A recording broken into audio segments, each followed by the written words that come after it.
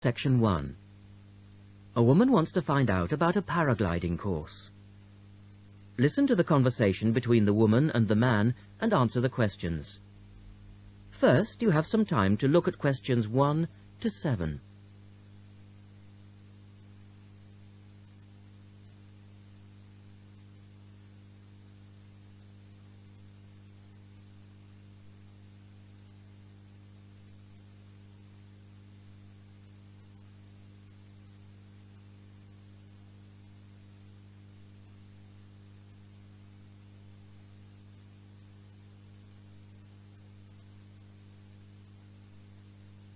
You will see that there is an example which has been done for you. On this occasion only, the conversation relating to this will be played twice.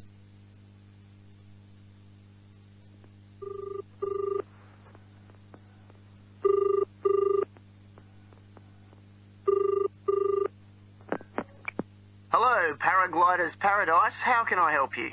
Oh, hi. I'm interested in doing a course in paragliding. Which course are you interested in? Well, I'm not sure. What's available? Well, we've got the introductory course, which lasts for 2 days. Okay. Or there's the 4-day beginner's course, which is what most people do first. I'd tend to recommend that one. And there's also the elementary pilot course, which takes 5 to 6 days, depending on conditions. We might try the beginner's course. The woman says they would like to try the beginner's course. So the answer is B, the 4-day beginner's course. Now we shall begin. You should answer the questions as you listen, because you will not hear the recording a second time. Listen carefully and answer questions 1 to 7.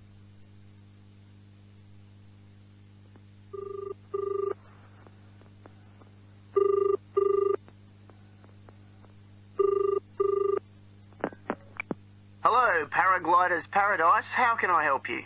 Oh, hi. I'm interested in doing a course in paragliding. Which course are you interested in? Well, I'm not sure. What's available? Well, we've got the introductory course, which lasts for 2 days. Okay. Or there's the 4-day beginner's course, which is what most people do first. I'd tend to recommend that one. And there's also the elementary pilot course, which takes 5 to 6 days, depending on conditions. We might try the beginner's course. What sort of prices are we looking at? The introductory is $190. The beginner's course, which is probably what you'd be looking at, is $320. No, sorry, $330. It's just gone up. And the pilot course is $430. Right. And you also have to become a member of our club so that you're insured. That'll cost you $12 a day. Everyone has to take out insurance, you see. Does that cover me if I break a leg? No, I'm afraid not. It's only third party and covers you against damage to other people or their belongings, but not theft or injury. You would need to take out your own personal accident insurance. I see. And what's the best way to get to your place? By public transport, or could we come by bike? We're pretty keen cyclists. It's difficult by public transport, though there is a bus from Newcastle. Most people get here by car, though, because we're a little off the beaten track. But you could ride here, okay? I'll send you a map. Just let me take down a few details. What's your name? Maria Gentle. And your address, Maria? Well, I'm a student staying with a family in Newcastle. So it's care of... Care of Mr. and Mrs. McDonald. Like the hamburgers? Yes, exactly. McDonald. The post office box address is probably best.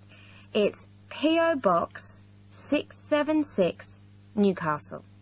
Is there a fax number there? Because I could fax you the information. Yes, actually there is. It's 0249, that's for Newcastle, and then 775431.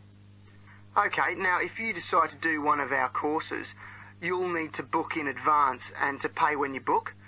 How would you be paying? By credit card, if that's okay. Do you take Visa? Yes, fine. We take all major cards, including Visa. Okay then. Thanks very much. The girl is telling her friend about the course. Look at questions 8 to 10.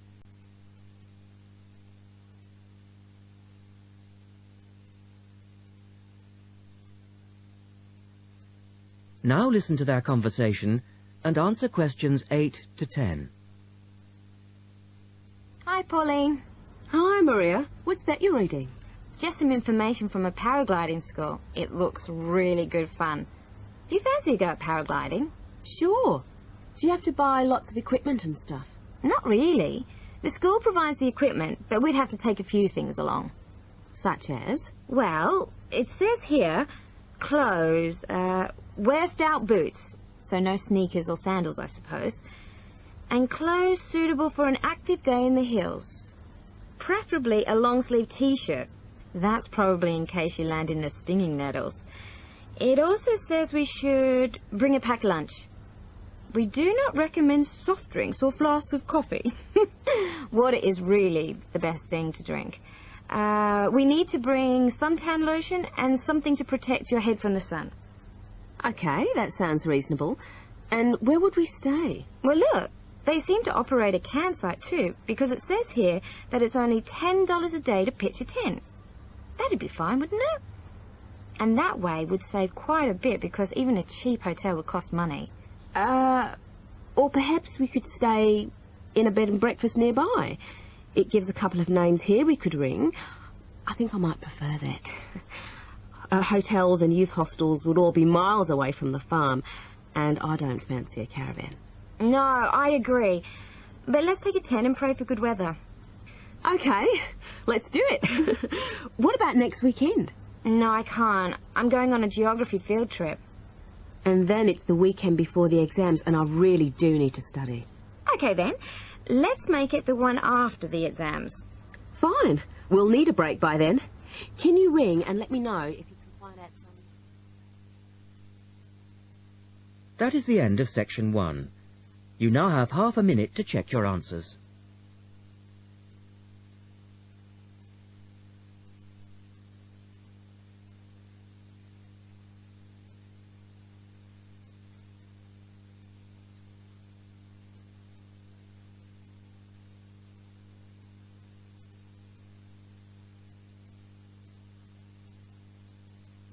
Now turn to section 2. Section 2. You will hear a reporter talking on the radio about old racing cars. First, look at questions 11 to 16.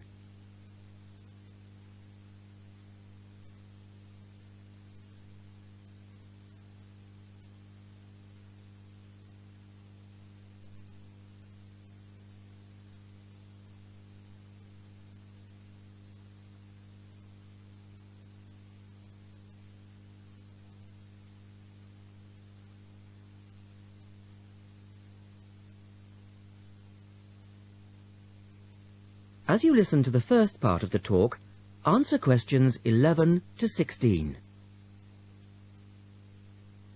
The Goodwood Museum is currently celebrating some of the most extravagant types of car design in its Festival of Speed. Here's our reporter, Vincent Freed, who's on site to tell us about some of the cars on display.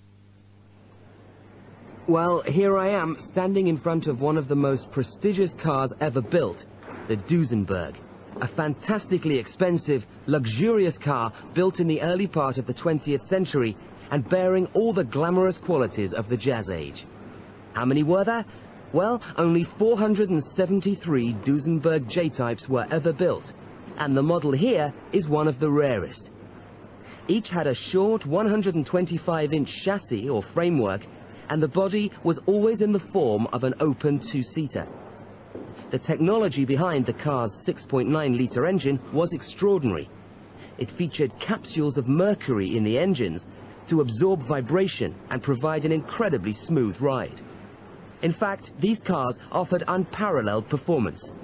In an age when 160 kilometers per hour was considered very fast, the Duesenberg promised a top speed of 180 kilometers per hour and could do 140 kilometers per hour in second gear. Duesenberg, who designed the car, sold it as a frame and engine. This was typical of the age again, and many prestige manufacturers such as Rolls-Royce did exactly the same. Owners able to afford the hefty $9,000 price tag for the basic car would then commission a coachwork company to build a body tailored to their own individual requirements. The Duesenberg's great attraction for the driver was its instrument panel, which offered all the usual features, but also several others, including a stopwatch. It was the Duesenberg's technology that lay behind its success as a racing car, and they dominated the American racing scene in the 1920s, winning the Indianapolis Grand Prix in 1924, 25, and 27. Now look at questions 17 to 20. On to another celebrity, the 1922 Leia Helica. Only 30 of these French propeller cars were built, and the model here at Goodwood, which was the fourth to be made, is thought to be the only surviving example still capable of running. The brains behind this car was Marcel Leia, who was an aviation pioneer first and foremost, and the influence of flying is quite apparent in the car. The Leia very strongly resembles a light aircraft with its front propeller, but in this case, it's minus any wings, of course. It's quite odd to think that this car was whirring through France just as the Duesenberg was blasting down roads at 160 kilometers per hour across the Atlantic. The Leias were used regularly in France in the 1920s and were even produced in saloon and van form, as well as two-seater. The Leia matched its propeller drive with its equally bizarre steering, which used the rear rather than the front wheels. But despite looking rather frail, it was a tough machine. In fact, when troops tried to steal it during the Second World War, the car's baffling design was clearly beyond the would-be thieves, and it ended up being driven into a tree, breaking the propeller. And now for the Firebird. This extraordinary car was... That is the end of section 2. You now have half a minute to check your answers.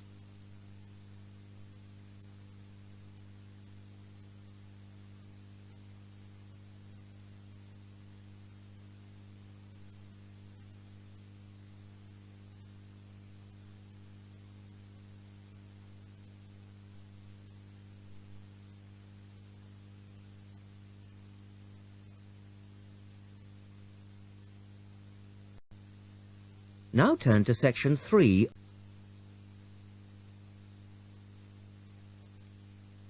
Test 1, section 3.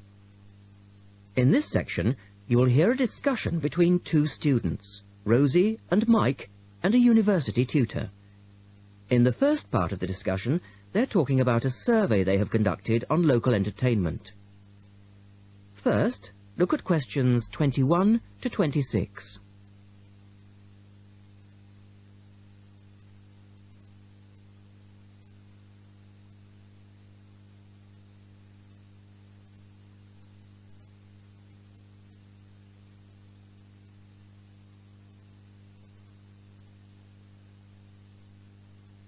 Now listen to the first part of the discussion and answer questions 21 to 26.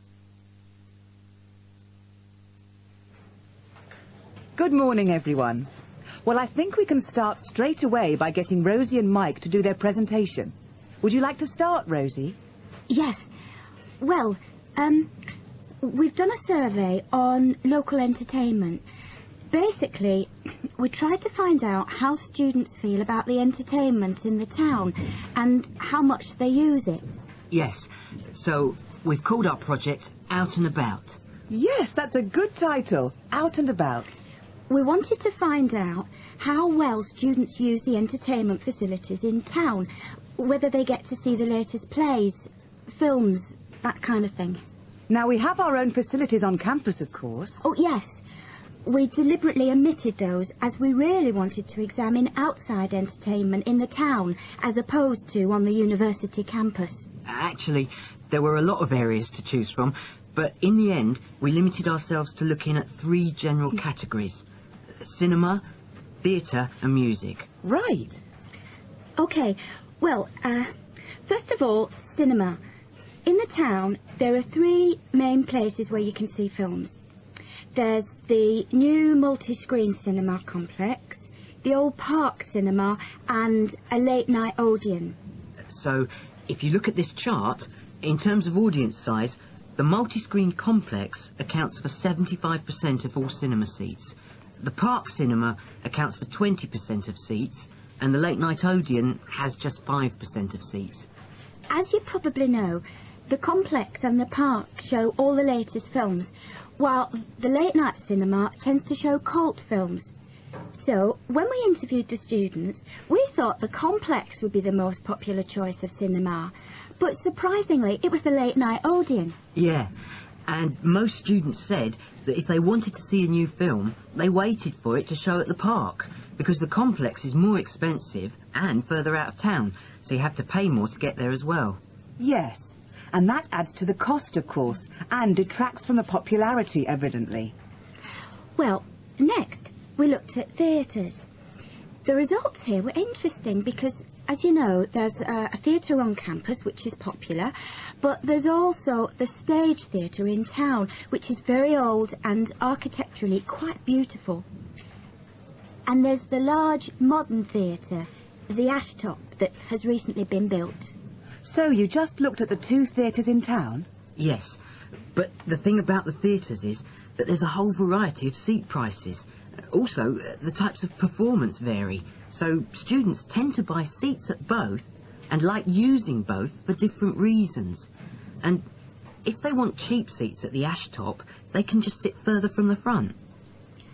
What we did find that was very interesting is that there are periods during the year when students seem to go to the theatre and periods when they go to the cinema. And we really think that's to do with budget. If you look at this graph, you can see that there's a peak around November, December when they go to the theatre more, and then a period in April, May when neither is particularly popular. And then theatre viewing seems to trail off virtually, while the cinema becomes quite popular in June, July. I think you're probably right about your conclusions. In the second part of the discussion, Rosie and Mike talk about different music clubs. Look at questions 27 to 30 first.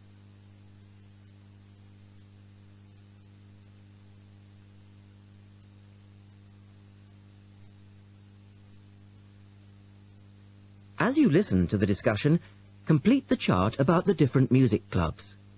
Some answers have been done for you. Listen carefully and answer questions 27 to 30. Well, lastly, we looked at music, and this time we were really investigating the sort of small music clubs that offer things like folk, or specialise in local bands. So not musicals as such? That's right. We looked at 3 small music venues and we examined the quality of the entertainment and the venue and gave a ranking for these. A cross, meaning that the quality was poor, a tick, meaning it was okay, and 2 ticks for excellent. First of all, the Blues Club, which obviously specialises in blues music. This was a pretty small place and the seating was minimal, so we didn't give that a very good rating. No, we don't recommend that one, really.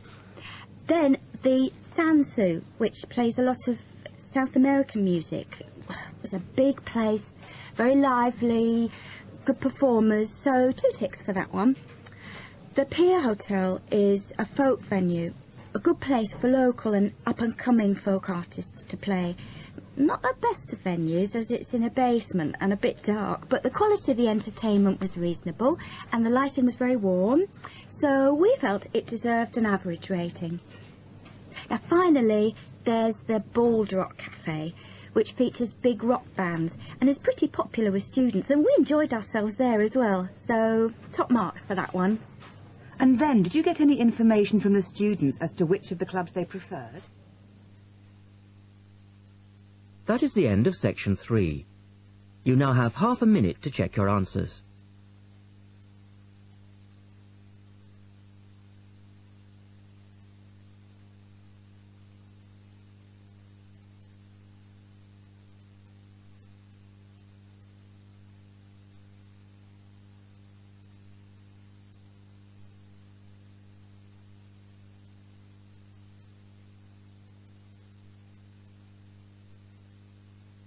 Now turn to section 4.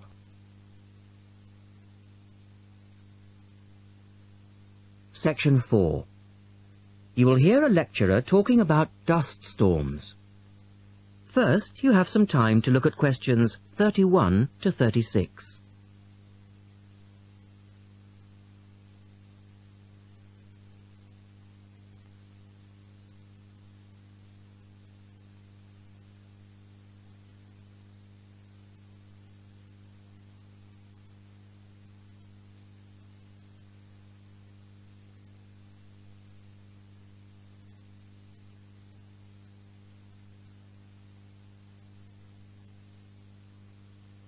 Now listen carefully and answer questions 31 to 36. In the last lecture, we looked at the adverse effects of desert dust on global climate. Today, we're going to examine more closely what causes dust storms and what other effects they can have. As you know, dust storms have always been a feature of desert climates, but what we want to focus on today is the extent to which human activity is causing them. And it's this trend that I want to look at, because it has wide-ranging implications. So, what are these human activities?